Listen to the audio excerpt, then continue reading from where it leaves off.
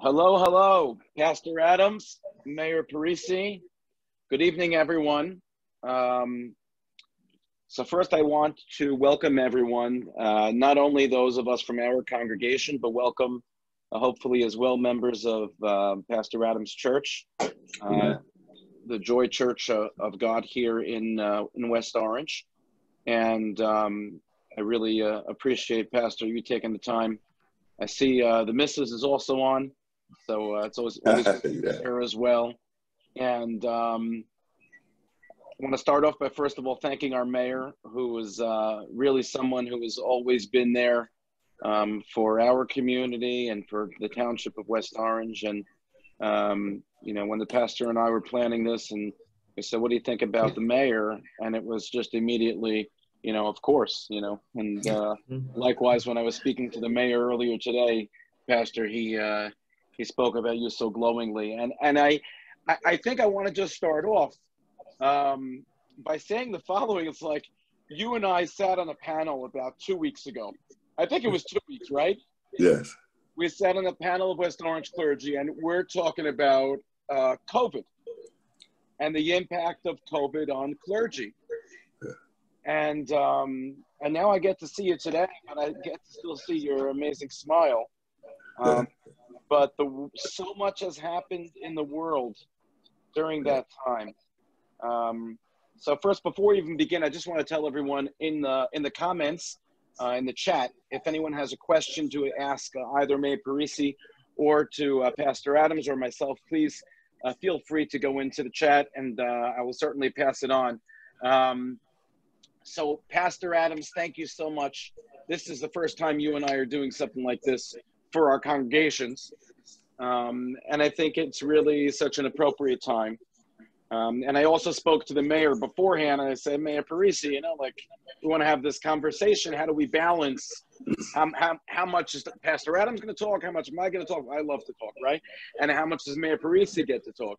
So I guess maybe we'll start with a little bit of just asking Pastor Adams how you're doing with everything going on, and then we'll sort of move on to Mayor Parisi and mix it up a little bit. So how are you holding up? Well, you know, I'm probably doing better than I deserve. The reality is, but I spend most of my time in conversations directly on the phone, Zoom conversations, and that's in between still trying to administer what it means to respond to the changing dynamics caused by the COVID crisis as well. So, but my wife and I, praise God, are doing well health-wise. We've not been impacted in ourselves. In April, as I mentioned before, she lost her parents, but it was probably as peaceful a COVID experience as somebody could ever have. For her mother, her father was older and had some compromised health issues. So from what we understand, it wasn't COVID related. But outside of just those life moments, we're doing well. I can tell you that I probably had more emotional highs and lows in the conversations after the video that kind of shocked the world into this current reality, and some because of the difficulty of helping people walk through the hurt that this brought up. You know, there's an old saying when you're wrestling, in high school I was a wrestler, is if you see somebody with a bandage on, you risk everything in the match to make that spot hurt again. And that's kind of what that video did. Is for a lot of people, there were unhealed hurts that situation just not poured salt, but literally lye and acid into that wound. And so helping them to work through that healing without existing in a negative space. And then there are some friends, some of African descent and some of European descent, who, you know, maybe because of their circumstances doesn't allow them to really empathize with the hurt that other people are feeling. And so it's been a very mix of conversations along the way. But, I believe that's, if there's any moment that a person is called of God into what they're doing, or at least a person in our way of life, it's moments like these when the world is hurting the worst and there's so much at stake. Yeah. Yeah. Thank you, Pastor Adams. And of course, our condolences to your wife. And I'm just always so amazed by you. Like, it happens to be the times that you and I have conversations are usually when we're dealing with some kind of a sad tragedy, or, and you just have this amazing way of putting a positive smile and a positive spin.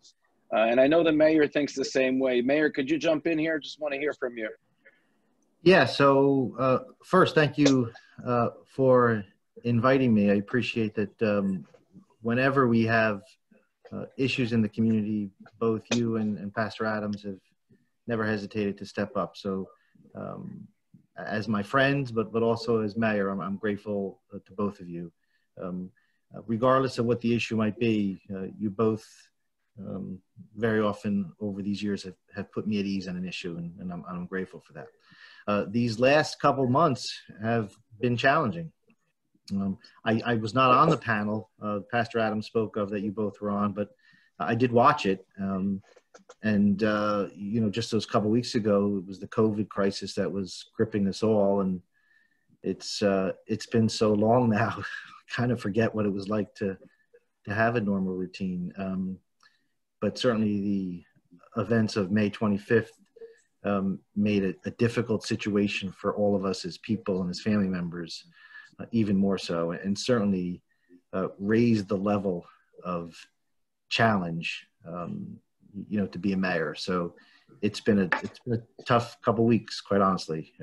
Yeah. I don't always. Mayor, I know you were down there yesterday at the protest. Right.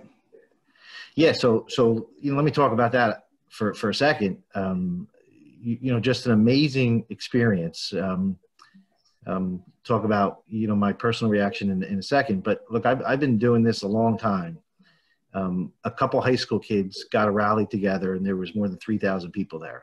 I've never, ever seen a gathering like that on the front lawn of town hall over any issue in all my years in this town. So that itself is an important message. So it gathered a lot of people from the community who obviously, as the pastor mentioned, were hurting. And I think, I'd like to think in some ways it helped, but it's a difficult issue. And more often than not, I don't feel equipped to speak, as appropriately as maybe I would like to.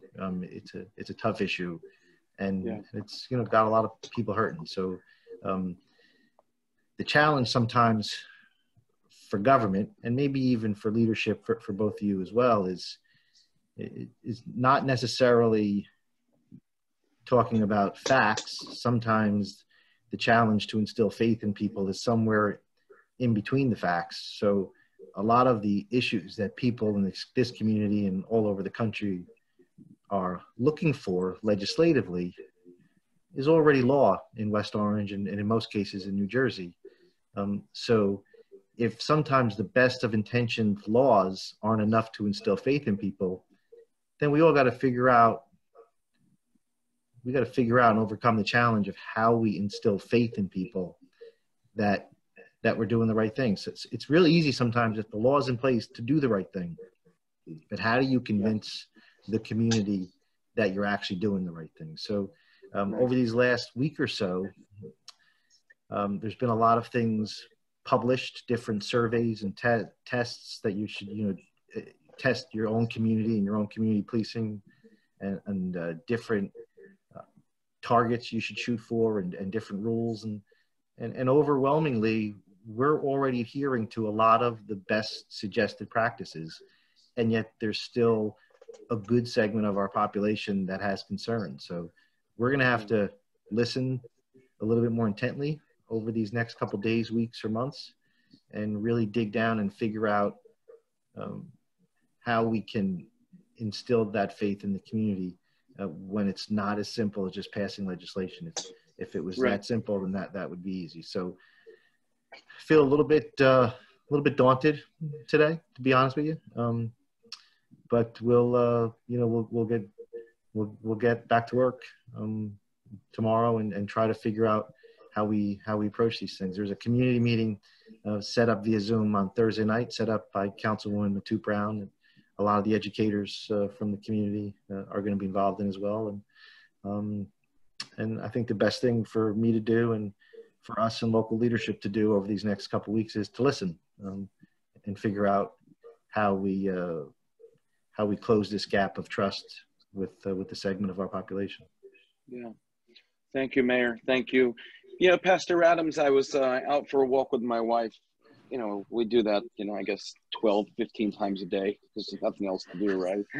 And just a couple of hours ago, and all of a sudden, as we're walking down Pleasant Valley Way, there's this young man who stops us and just starts talking. His name is Cameron. And Cameron's a young African-American who lives in West Orange.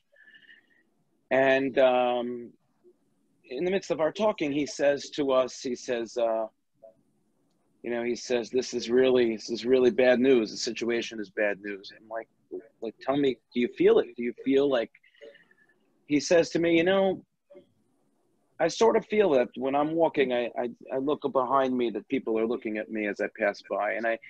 And he said, he sort of, said to me like, you think that's true? And I said, Cameron, I have never and can never know what it means and what it feels like to walk in your shoes. And, here we have 111 people participating, Pastor.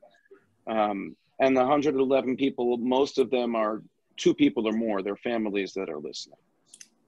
And I said those words to Cameron because I really believe that as much as members of my community, the mayor, our fellow citizens in West Orange and in the country could try to empathize, as you mentioned, with the struggle, I'm just not sure that we know what it means and what it's like to walk in your shoes. So I just wanted to throw that out to you and share some thoughts on it. Well, so that's a great question. And I would first never want to dishonor the collective of people of color to be able to speak to this as if I can speak for all the people of color. But there are some commonalities, right? So I'll never know what it's like to be Jewish. I'll never know. I'll never have an understanding of what that means. And for people who grew up in Jewish families, regardless of, I think there are some that have acculturalized in a different way, but for the most part, from the moment they came into the world, there was an association with something that had a history that had some good and it had some bad in it, right? There was some cohesion around certain things that represented what it meant for them to be a part of, what it meant for them to be a part of.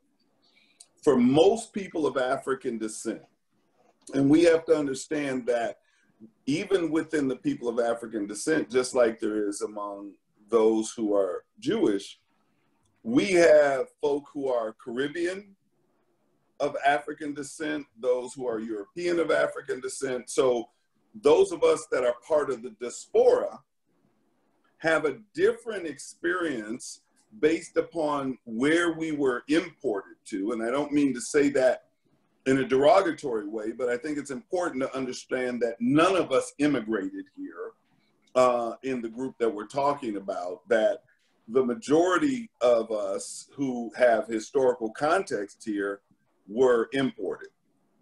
Then we have those of African descent who actually immigrated here.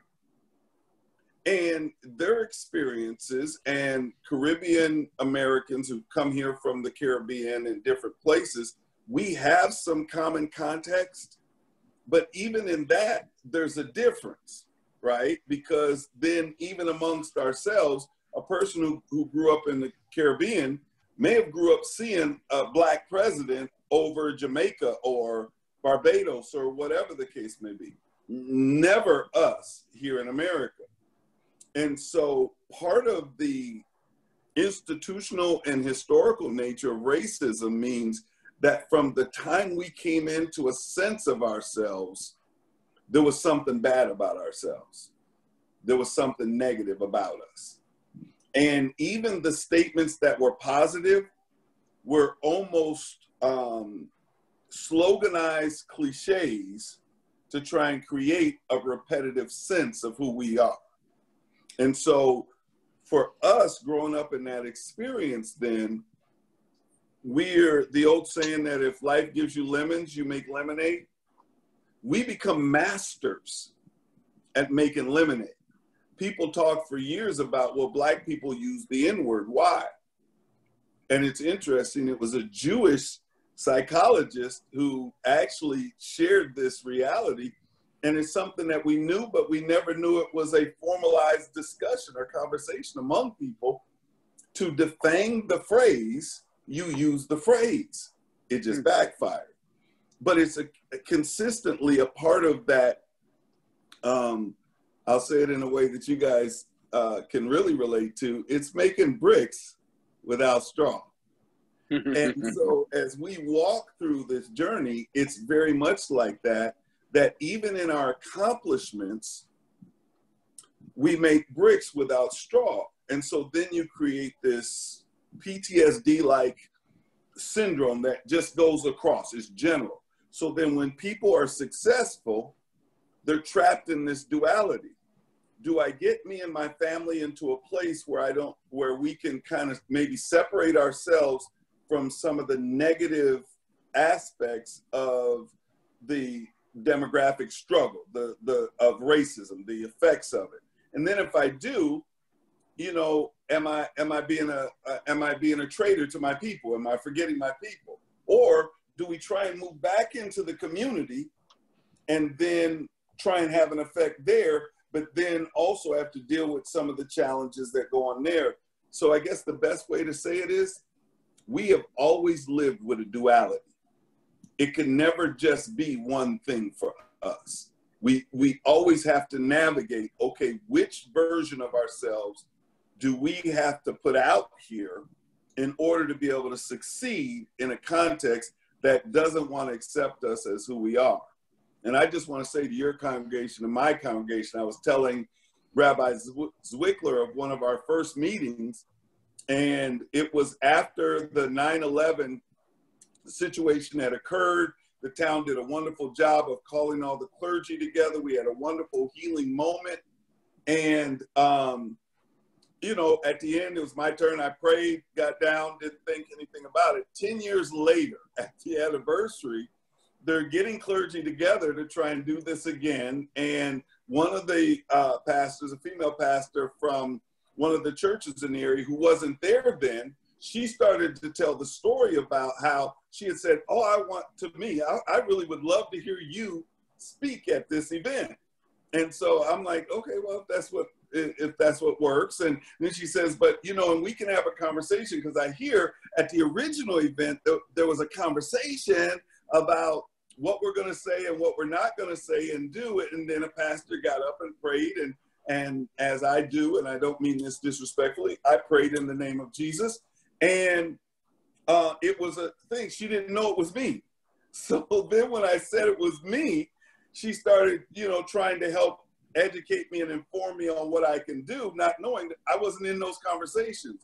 And Rabbi Zwicker honored me so much in his response about just accepting me and my context for what it was, and not seeing who I was or what I believe as a threat to him and who he is and not believe. And I think that's a key when we begin to honor the context of the people around us for being what it is, and then start the conversation from there.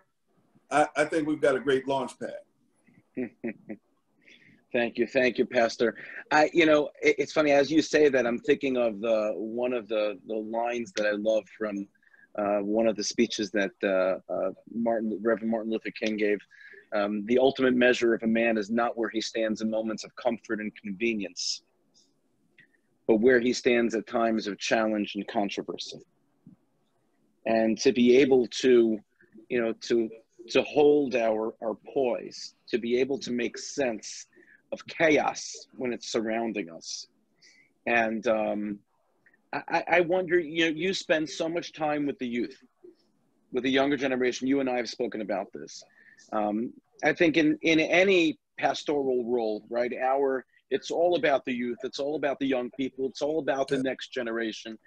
And I wonder how you see, an event like this, which has really created not only the sense of awareness, but the sense of alarm in our country, where, there are, as I had mentioned last week, America is a gift of God to the world. And we can never forget that. At the same time, there are imperfections in our country. And some of those imperfections are very, very painful. And I just, I sort of wanted to hear from you, Pastor, when we talk about that which is happening and how we see the youth just looking for leadership, looking for, or maybe there's the vacuum where people like you step in. Like, how do we make sense to that? How do you speak to your youth? How do I speak to my youth and explain the world and explain what's going on here? That is probably the biggest, most important conversation that I'm in outside of this conversation is, what does this mean? The one thing I can say, growing up in the 60s, going through the marches and seeing all the things that happened, something got lost in the 70s and the 90s, or the 80s and the 90s. Because after all of that energy, after all of the cost to our country, we had some incremental movements, and then all the energy left out. One of the things that I would say, and I have to admit, the young people that spoke at that rally, that actually got at the podium to speak, they probably said 90% of what I thought would have been important to say in that moment. And so I commend them for that. I commend the mayor. He's got some real chops, because he had to navigate through some shark infested waters. And because I know him, what he did in that moment is insignificant compared to the commitment that I know he expressed as to what's going to happen in the moments to come. And I don't think that they heard that. So I think that part of it is with our youth is to help them to understand that passion, energy, eloquence, education, all of the benefits that they've had actually being in West Orange for whatever it is. I mean, we had a young man who's in Harvard. We have almost every one of them were either college graduates or on their way to college. So there are some amazing accomplishments that they've been able to experience because of the soil that they were planted in here in West Orange. So the first thing is, as we begin to rise up from the soil, we can never disrespect the soil, because that's the roots that we're nourished from. And to help them to understand that the wisdom of those who are around them and have walked the walks that they're trying to walk is important to inform their energy and their passion and their gifts and talents. The second piece of it, I would say, is to remember that there's been no revolution in America, no great movement, civil rights in America that's happened without it being a multicultural movement. Crispus Attucks was the first man who died in the Revolutionary War, and he was a man of African descent. Martin Luther King, the power of that movement was not just the gathering of people of African descent, but the immense amount of support that came from the community of European descent.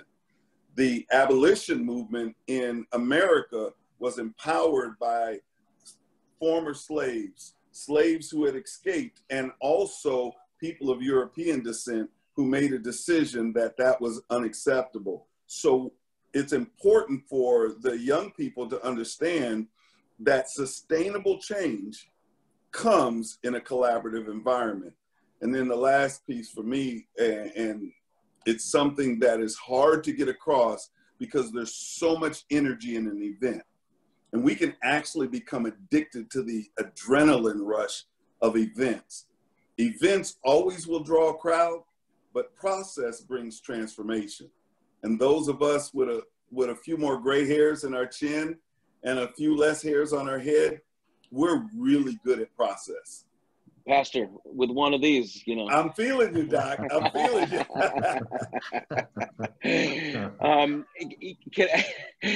I want to turn for a second, if possible, and I'd love to bring the mayor into this also. Pastor, you had posted on your Facebook page a post of an officer named Devin Washington, and Devin Washington is a police officer. I'm not sure where. He's an African-American police officer. And he said as follows. He said, "Yes, I am a police officer, but I need you all to stop putting us in the same boat as those other police officers. We are not all the same. So stop comparing us all to those monsters. Trust and believe that there are officers who would lay down their life to save and protect others. I stand behind my badge and other great officers. I do not stand behind the monsters. I chose this career to protect others who couldn't protect themselves. I will go out of my way to help whomever I can. I will give my last breath for someone because they may need it more than I do, or to save another's life because an evil person forces their evil act or violence onto them. No, I will never stand by and allow another officer to do wrong. I will check them on spot in front of whomever. Allow me to speak for myself and don't judge me because of the few who choose to tarnish our badge and profession." And I just found it so powerful, Pastor Adams. You posted that, and I'll throw it to the mayor also, because I know that Chief Abbott was very vocal about this and expressing himself, I know, to all of us, to our Clergy Alliance, and email communication, and to others as well. So I guess first mayor, and then back to the pastor. Well, thanks for reading that. So, I've spoken with Chief Abbott a lot over these last week or so, and even a lot of friends who are maybe not necessarily in law enforcement in West Orange, but in law enforcement. And, they all feel horrible because of how this one incident, or I shouldn't say one incident, how another incident in a string of incidents has slowly tarnished the profession. And with the latest incident, it's just another reminder how easy it is to turn on the police department. Now, I'm not a member of law enforcement. No one in my family is, so I don't know that I can speak maybe exactly how they feel, but I understand how difficult it can be to all of a sudden so easily be painted with such a broad brush. We have a lot of great officers in town, a lot of good men and women who do the best they can every day. And I know, having spoken with a few of them and spoken with the chief, they all feel horrible. So I think that goes back to what I had said earlier. That just adds to our challenge in local government. We have, I joke with people over the years, everyone looks to the mayor. Other than getting a stop sign installed, there's not a whole lot I can do without the help of a whole lot of other people. So we certainly can't change the world. So how do we bridge these gaps in our community when all of a sudden, and look, what happened is really inexcusable. It's tragic. It's sad. It's pathetic. It's all the things that we think. But a couple of weeks ago, people were praising the police, and now there's some serious concerns about policing in our country that this has raised again, and rightfully so. So how do you combat that in a local community with 98 police officers. It's a challenge. We have challenges ahead of us, and we're not quite sure how to do that yet. But the pastor mentioned the speakers yesterday. They were, I think, other than one speaker, I think the oldest was 22. So they were all young, passionate, very eloquent, smart kids. We watched it after Shabbos. It was very passionate. Yeah, you can sense from them and from the energy in the crowd that there's real concerns that a lot of our community has with policing. So when you look at the individual police officers, many of which I know, and I know that they're good people, many live here, they're all trying to do the best they can to raise their families. Knowing that, and then knowing the serious and very real, palpable concern residents have, how we reconcile that in these next couple weeks or months is a challenge that's gonna, it's gonna take a lot of people. The pastor mentioned, the important civil rights leaders who move the world, but I think this next stage of changing some of what the young children and young adults of our world are looking to change is really going to take thousands of people in every corner and segment of our community. It's not going to be one or two people. It's not going to be a mayor alone. Mayor alone's not going to change this. So how we can bring people in, bring people to the table, and not only have the right conversations, but, the actions that follow. As important as rallies are, to me, and I'll just use what the pastor mentioned, I'm a process guy. I want to know how we get to A to B, who's doing what, and when are we going to get there.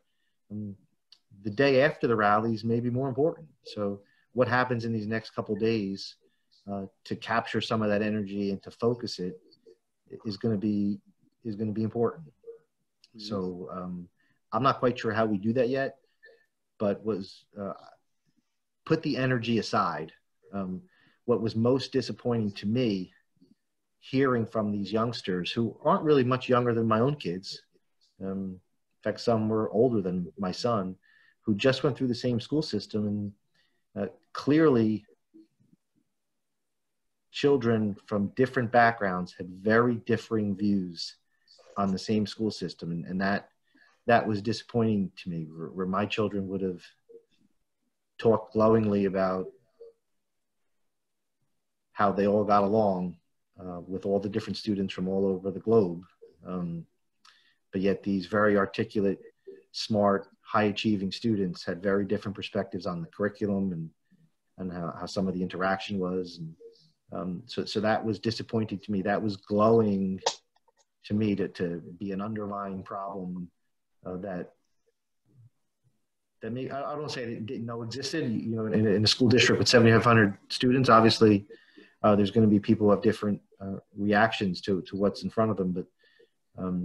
But to me, it spoke a lot more of bigger issues than I would have assumed, knowing that obviously there's issues anywhere. So again, I think we didn't even talk about the education component to this. That's a bigger component and maybe a whole nother subject. But I think yesterday kind of raised a lot of issues, and we're not quite sure how to get there yet. So like I said earlier, if it was as easy as passing laws, that's easy. This goes much deeper than that. This goes much deeper than that. This is heart and soul, how we achieve, that next level. So we're going to do everything we have to. And I think, like I mentioned, it's going to be listening over these next couple of weeks and trying to navigate how we get there. And the unfortunate reality is, it's not going to happen overnight. So if we can make important steps over these next couple of months, make them sustainable, hopefully a year from now, we're in a better shape than we are, and then just keep moving forward from there. So a lot of energy yesterday, a lot of enthusiasm. The question now is how we capture that and how we move forward in a constructive and productive manner. Thank you, Mayor. Pastor? Yeah, first off, I want to make sure that everyone that's listening, and I listen, my folk know I'm not a blow smoke at you guy. Sometimes I'm probably a little bit too straightforward. So when I say this, it's with real clarity. It's important to understand the countenance of the mayor as he's talking, and not just the words, right? So there's part of the words where he's doing some very deep thinking about things. Nobody brought up education, but he's thinking about what that means educationally. He's thinking about these layers and able to share the fact that he heard things that were not fully emphasized in the conversation, because the conversation yesterday was a lot about the political context and the policing context and that, but he heard these things. And I think that's important to understand, because in the post from the police officer, and this is the thing that I think is really powerful in that, what he said is, don't see me like, and just lump me in with all the other police officers or the people who are doing these horrible things. See me as an individual. Now, what we're saying, people of African descent, is the police need to stop racially profiling, right? Don't just take us because we're Black and then we get this treatment. And so in that, what we're saying is that, like, nobody deserves to be murdered. Nobody deserves to have a knee on their neck. But even some of the other more assertive or aggressive police practices, don't do those things to me because I'm Black. The information says, the data says that Black people encounter more aggressive policing than other cultural groups, right? So our whole petition is, don't lump us into a group. Give us the same treatment, the same benefit of the doubt as a police officer. Take the same risk when you stop me in a traffic stop as you take when you stop a person of European descent. And so, but that's exactly what the police officer is saying. He's saying, don't lump me in with all these bad police officers. Right. See me as someone who actually took the job for what the job really means, right? And he can say that as an African American, and so we're going to stop it and we're going to hear that, right? And people are going to hear that. If a police officer of European descent says it, okay, we're going to be suspicious about that. Why?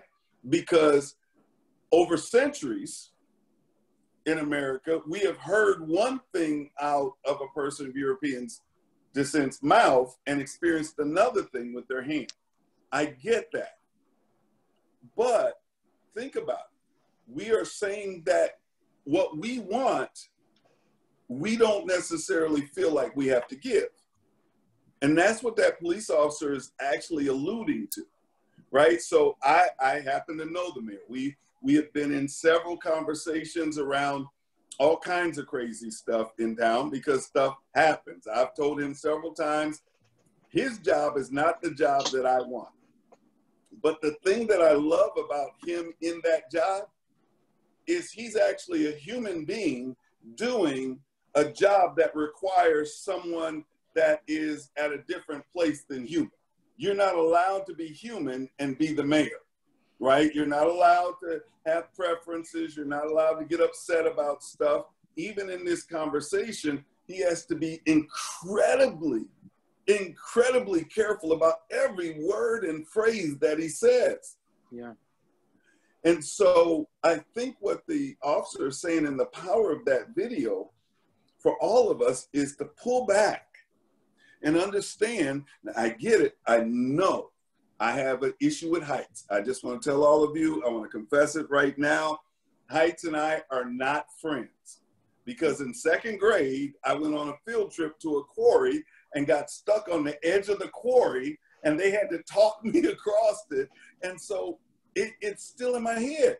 I don't want to be out there. I don't want to do it. I'm not going to the Sears Tower. I'm not going up in the buildings in New York. I'm not doing it. And why? I was going to take you out. I was going to take you out a day out of town. Hey, listen, if there's some place in the valley, I'm with you, okay? But the mountaintop, but so I get it that because of what's happened, it's reasonable that there's a sense of alarm when we encounter police officers because we don't know what we're going to get. We have to work against that. Like the mayor said, it's going to take time. It's going to take a whole lot of people to really work against that. My daughter-in-law was with her children my grandson Trey's a junior now. Now he's pretty tall. He's about 6'2". But you know, he is skinny as a rail, I'll say. He's lean at the very least. But when they were very young, they were driving and she got stopped by a police officer. And when he came to the side of the car, he was literally shaking. And my daughter-in-law's from New York. She's from Queens. And so, you know, she looked at me, she's like, what are you afraid of? But that's the reality that we exist in. So even what the officer is asking of people, there are so many layers of the effects of racism on top of people. What he said makes sense. But it's like seeing a bear. Everything that you read about dealing with a bear, when you actually see one, it goes out the window. And that's kind of the same thing. And so I think the process is like this, and the mayor described it. My mother, when I was in elementary school, there was a furnace explosion on her job, and she got burnt over 80% of her body. And so I thought she was on vacation because I was young. When I went to see her, she had a chicken wire mesh thing over the top of her at my grandmother's house. And when I walked in the room, I could smell ointment and burnt flesh. And for years after that, all the way up through high school, she was going through surgical procedures and getting plastic surgery. She's come to visit me in New York, and everybody compliments me on how young she looks and everything else like that. But in order for her to get to that place, she endured the pain and the suffering of a moment that so deeply impacted her. It took years of top flight surgery, so many different surgeries, so many different specialists coming in to work to help to restore her to that place.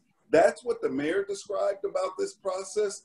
That's what we have to understand about this process. And each of us, this conversation is a part of that surgical procedure to move towards healing. Yeah. Pastor, you know, there are a lot of things going on in the chat, and I told everybody I get to their questions. There's so much.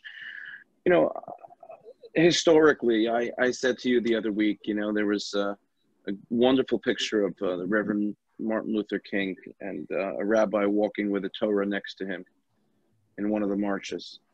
You know, our people have always, you know, understood what oppression is. And some of our great minds remind us of, you know, the need for us to feel, to empathize with others. I think there's so many people who are on tonight, so many people who are in our community that feel like, they just feel that they wish they could do something. They just feel that, what can I do to make someone feel that, at least for me, you know, they don't have to feel a certain way, or that how do I make someone feel more comfortable? How do I help this situation? And I think, you know, part of that, honestly, is the fact that so many people showed up, right, tonight. Yeah. But I think, you know, for me, you know, I have the fortunate ability to have a relationship with you, to show you, to tell you that we, our community, you know, wants to and as I mentioned to you when this is first going on, to lend you and to give you our love and share with you our thoughts for peace and for, you know, we read this week about the blessing of the priests that they give to the people, and we one of the blessings is peace, and that peace is the various types of peace, but one is, you know, having that inner peace, that ability to be able to walk around and feel that sense of, you know, inner calm. And as I said earlier tonight, you know, about the idea of not knowing what it's like to walk in someone else's shoes, even for a day. Mm-hmm. And I'm just wondering, is there a message that you have to all of us who look at what's happening and say, I wish that there was something that I can do? You know, some of our community members walked down to the protests yesterday it was the Sabbath, so you couldn't drive. There were people who walked 7 miles to get down there because they felt that they wanted to be there. And so then there are so many who are here tonight just because they feel they just want to be able to show that, look, we want the people in the community to know that we care about them, that we love them as God's creations, that we share this community with them. What do we do, Pastor? What do we do? You know, Rabbi, so my wife wants me to stop saying that my eyes are watering, right? Because I always say, oh no, man, my eyes are watering. And she'll say, dear, for most people, they'll just say they're crying. To hear your heart and the heart of your people, that does wonders in and of itself. To be able to see somebody like Cameron or whoever on the street, and that says something, you know, and you know, I say this, have said this to you before, I'll intentionally drive on Pleasant Valley Way, even if I can go a better way or a shorter way. I'll drive on Pleasant Valley Way on Saturday because I love to see the families walking, generational togetherness and generational unity. That's our heart too. So it starts with understanding that the heart that you have for your families and a community that has cohesion and strength, that has a culture that's worthy of celebration and all of those things, that's at the heart of who we are as well.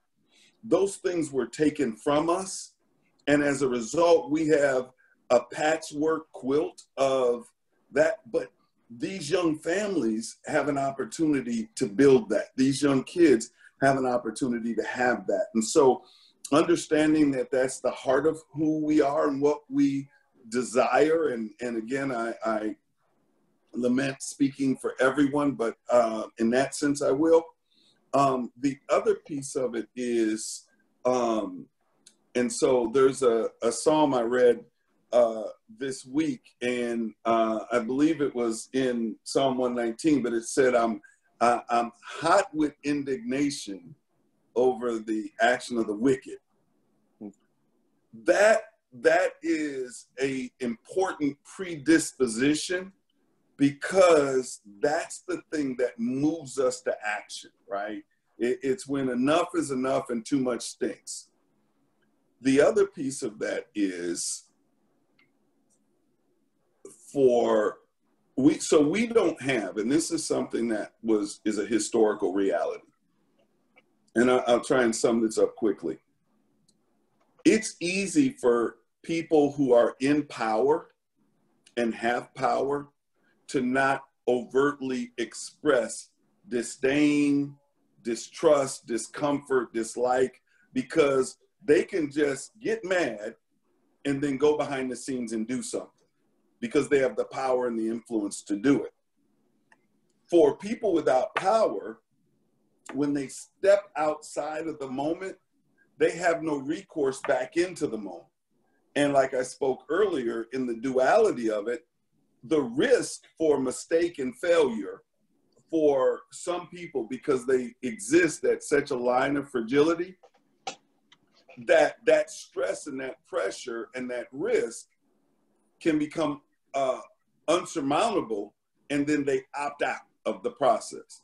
So a big piece for me, and now I'm just going to speak for me now.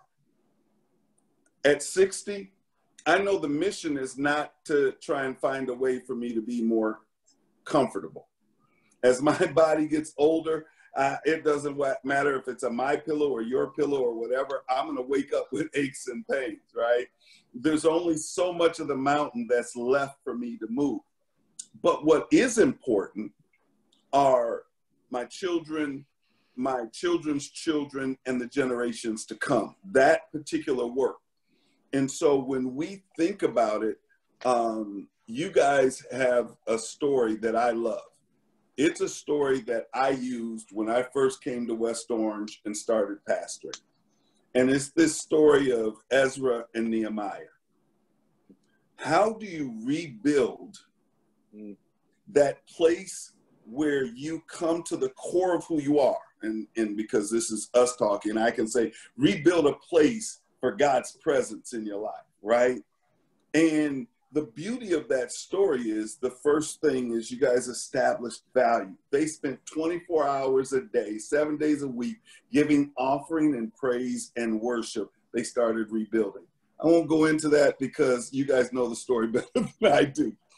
But what I will say is that one of the things that King Cyrus proclaimed, he said, if you can't go, send a free will offering. Do something to contribute to the process. And there's so much culture in West Orange. There's so much accomplishment in West Orange. Our town is so gifted and blessed with so many people who have so many resources. The ideal is to pour the essence of you into somebody else. I am who I am because Ann and Max Shane, a professor at the University of Michigan and an early child education, a Jewish couple, loved me so much that they declared to my mother that they needed to be my godparents. She wouldn't buy me stuff on my birthday because she says, everybody gets you stuff on your birthday. I need my stuff to be special. And she would take me out on other days to buy me stuff just so that day was her day. She changed my life. She saw me in ways that were beyond my context and my circumstance, and she fed into me. I know about Slivovitz is from the old Yugoslavia, because my godfather Max would go and he would always bring that back. Now, he would never let me drink it, but he would always bring that back. And here recently, a woman that I work with of Jewish descent had some in her house, and I don't drink. I don't believe in drinking and consuming alcohol, but it's like, okay, for Max, I need to taste this stuff.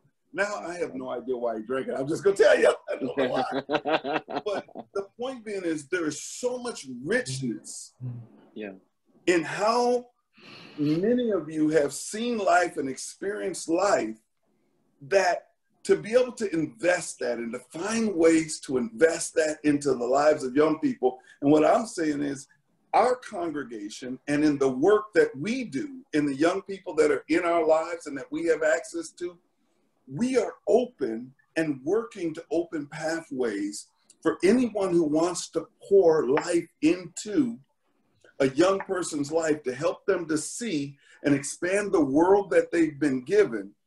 To me, that's the greatest thing that we can do. The world is filled with resources. There'll never be an end of money. There, you know, all the words and the cliches and all that stuff will always be out there. But the power of one person loving another person to pour into them, it changes everything. Wow. Wow. Very powerful, Pastor. Mayor, you want to follow up on the pastor? Hard to follow that. Oh, no, my God. But I would agree. So, you know, as we're sitting here staring at our computers, I kind of, it's almost ironic to say it, but you know, yesterday kind of reminded me of how important it is to step away from the keyboard. So, though we're all a little bit restricted right now with the virus, what concerns me about the energy that you see right now is that people are going to get back into their comfort zone and sit at the keyboard. And unfortunately, I think this is a time where we need to step away from our keyboards. If we really want to, let's put aside change things. If we really want to show the support as a community to each other, I think maybe in a couple of weeks when the virus allows us to, but we need to step away from our keyboards a little bit more and touch people in meaningful ways. So yesterday was a really good example of that. I'm just hoping that people just don't get comfortable again back at their keyboards. It's easy to do that. I think not only did the youth of our town challenge us yesterday, I think we all need to challenge each other to figure out ways to to heal as a community, as the nation tries to heal around us. And I think a lot of that has to do with stepping out of our comfort zone, getting away from the keyboard, stepping out into the community, and seeing how we can touch and impact people in a meaningful way. So a lot of things went on yesterday in that rally. And I certainly hope it's the first step to what will bring this community over these next couple of months, and hopefully bring change, and more than anything, bring comfort to people. So what's been maybe really disheartening for me is to hear that there's such angst among our residents that maybe I'd be naive if I didn't think it was there, but to hear it expressed so profoundly these last couple weeks, and maybe so clear and vocal yesterday. So I'm hoping, again, the mayor himself can't fix that. I'm hoping, all of this community over these next couple months extends a hand a little bit to their neighbors. I'm not sure how we do that yet. That's going to be part of our process over these next couple weeks and months, to figure out how we can touch people in meaningful ways, more than just in emails or Facebook posts. Thank you, Mayor. Mayor, Pastor, I've always find myself whenever I speak. I remember, Pastor, the last time we spoke together in public was when we had that the candlelight vigil, Mayor, if you remember, at the steps of Town Hall after the shooting in Pittsburgh. And I always find myself talking about the day after September 11th, right? We look at each other, and we were all Americans. We all cared for each other. How are you doing today? We were all one heart. And, I sit and think to myself, first of all, what you mentioned, Mayor and Pastor, it's like, just from my perspective, my kids, we missed out on Little League this year, baseball. That was one of the prime times of the year where we played, the kids. Not only did the kids play with all the other kids, but all the parents are sitting on the side. And we're all sitting and complaining about how sunny it is and why can't this game be over. And, you created this bond, and really missed that this year. But unfortunately, the COVID. But it's one of the beautiful parts about West Orange, whether it's baseball or it's soccer or, it's being in the high school, during school, or during the summertime when many of our families take classes or being around. We miss that. We miss that togetherness. We miss that connection. And I tell you, the day that I came up from leaving my quarantine after I was sick, my whole speech to the community, it was right before Passover. So generally speaking, a rabbi gives like a major address, and my whole, the whole talk was really about the value of a breath. And, when it was so hard to breathe, being sick with coronavirus, and just thinking about how every breath matters. And then watching that video and hearing those words, I can't breathe, and you're just thinking about that breath.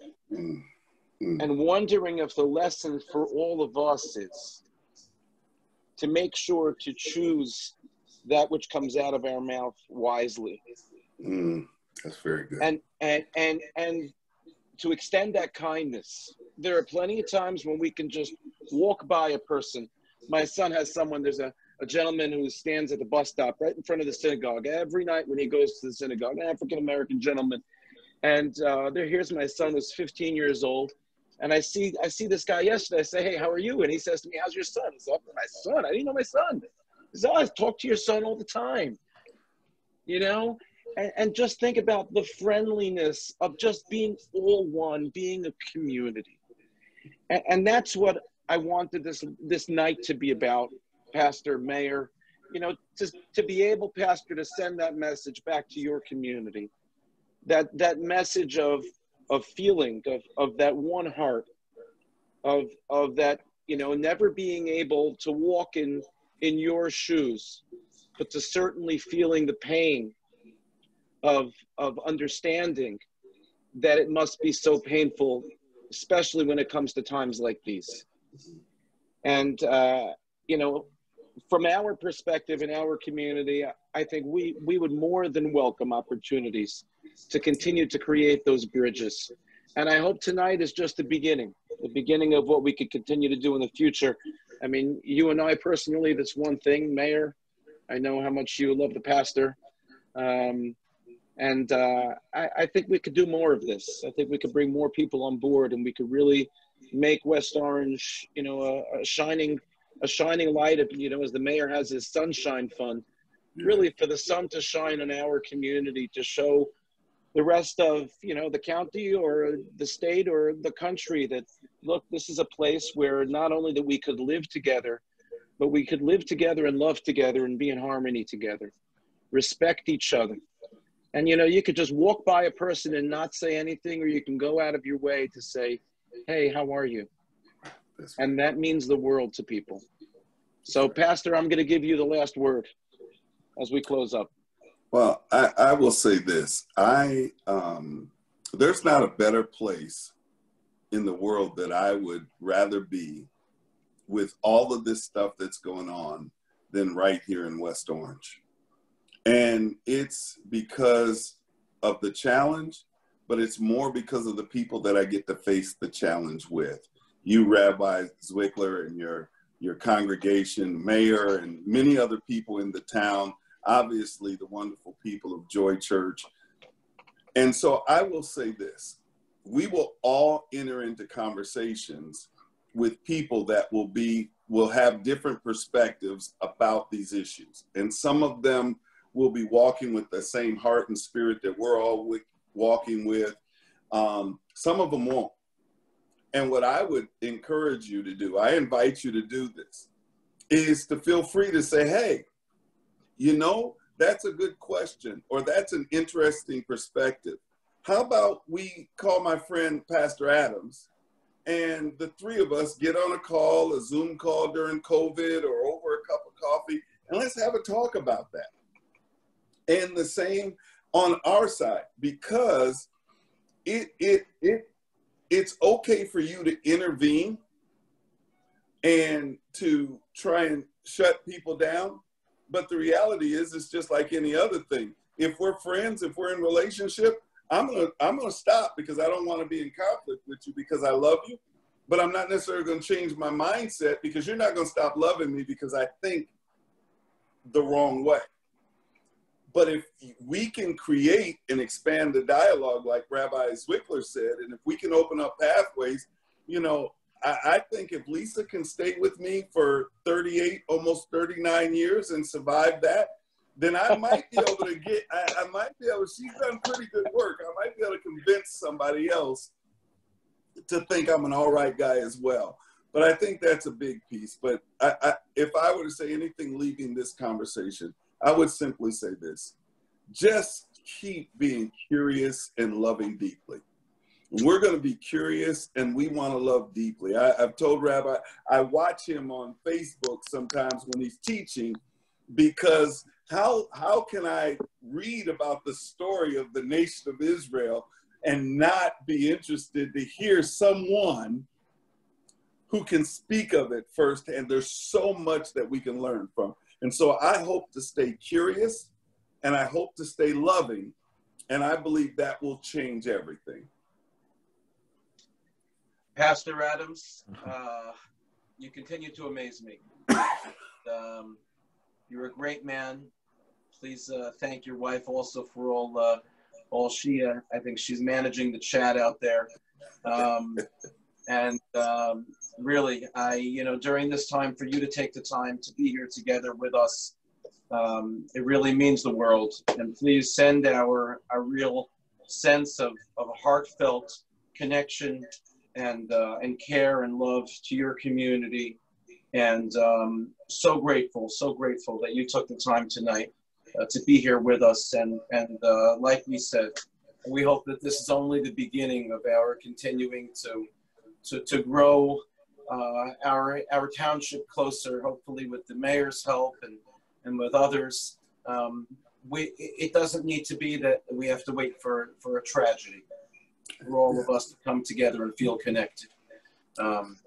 But like you said, to know that we are all there is very comforting. So Mayor, thank you so much for taking the time on the weekend. Thanks, And, Rabbi. Thanks, Pastor.